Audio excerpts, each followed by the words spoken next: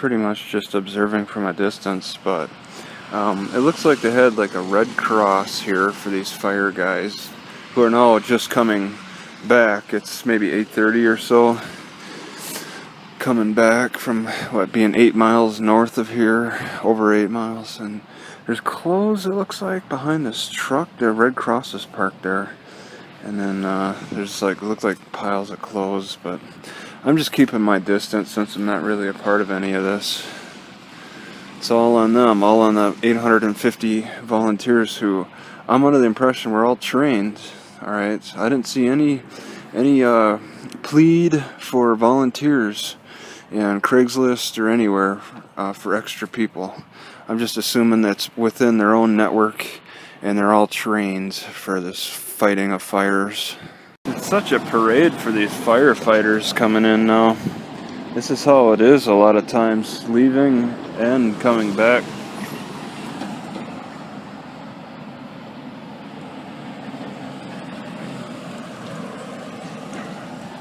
These guys appear to be from Nevada, Zephyr. They've come from all different states surrounding Idaho.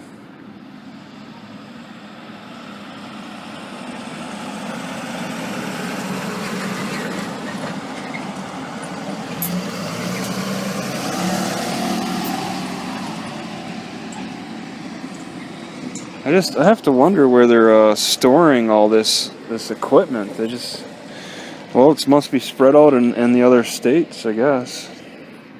Today is another hazy day in Idaho City. Highway 21 still closed to Stanley. I saw that there is directions on how you get around Highway 21 and to get to Stanley. A lot of people are asking how to get to Stanley now at the visitor center. Okay, so from what I learned about the gold mining, now I question this silt. We say a lot of silt is caused by the mining operations, and now I'm wondering, is this natural or is this a lot that has to do with the mining?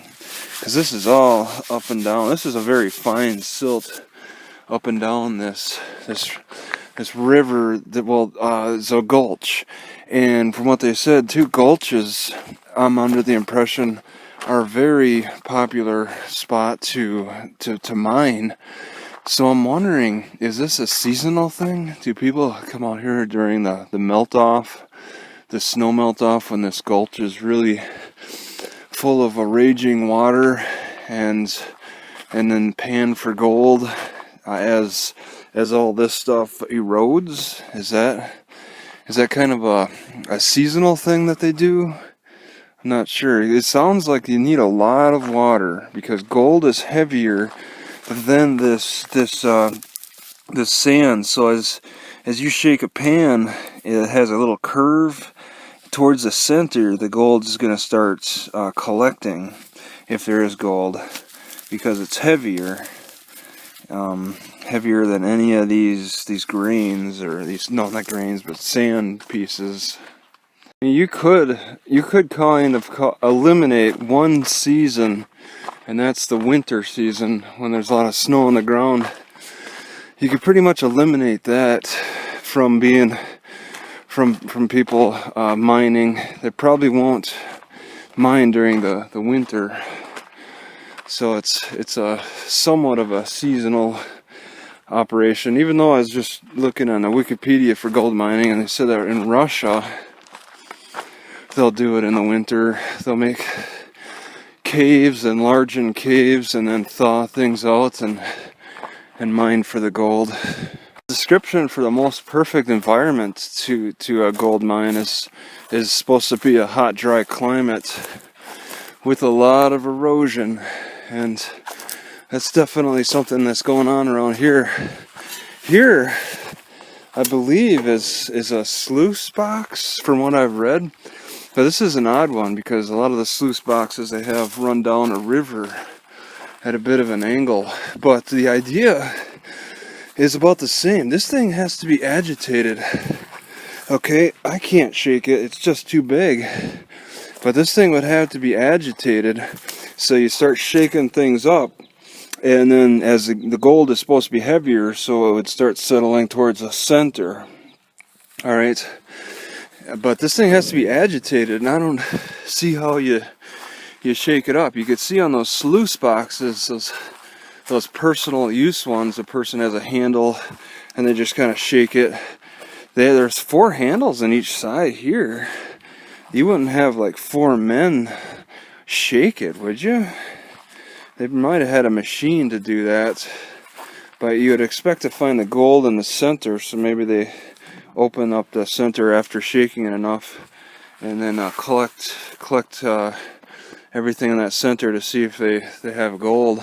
And this thing is out here, so this area was largely mined. So you see there's a lot of potential for erosion in these hills over here. This isn't very far from Idaho, and I believe I see the marker for the national forest, so this is maybe within the national forest boundaries. It'd be interesting to find out what the rules are for gold digging with the National Forest Center place. It's just a strange thought, but everything seems to have a golden hue about it. All right, like this rock, it's not gold. Like this rock, even, it's not gold, but it's got a yellowish hint to it. It's like everything was coated in just a real fine powder of gold. The trees, the sunlight, everything really lends to that I don't know, the light and colored sand, everything just kind of lends to that whole theme of gold. Even if you don't find it directly, it's still, there's still like a lot of supporting features in the lands that have that similar appeal, I guess. Just not exactly gold, though. It's like a lot of people are trying to fly their drones, and they don't care for that.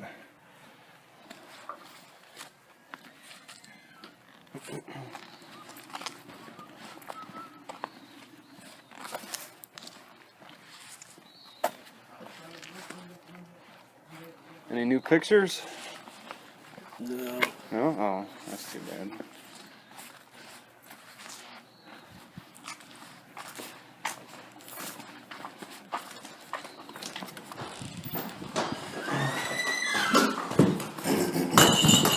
Not anymore. It's on both sides.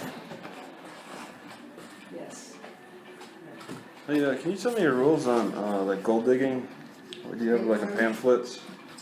You're very welcome. Thank you. Over on this little turnaround thing, right on the bottom, there's a section. Oh, unpatented claims. And that's it? Okay. Alright, yeah, that'll work. Thank you. Oh, something else we can take? Probably don't need it.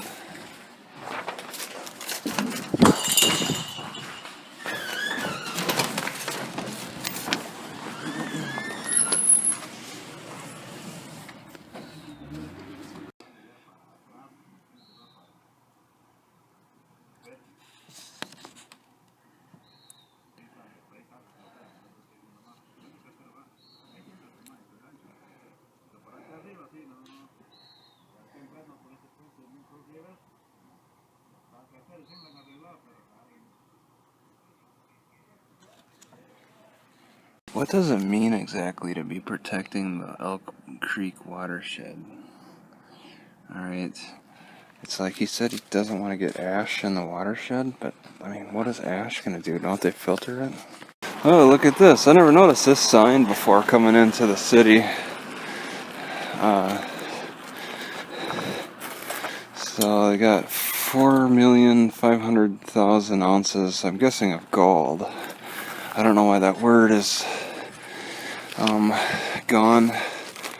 Ounces, how many pounds is that? 16 ounces in a pound? This bit of a pit was clearly mined for gold. There's tin cans all over the place. It looked like they might be oil cans.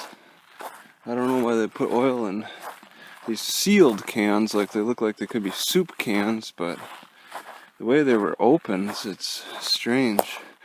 They kind of put two holes in on two opposite sides. They're kind of small holes to allow something to drain out. Yeah, it's quite a pit here.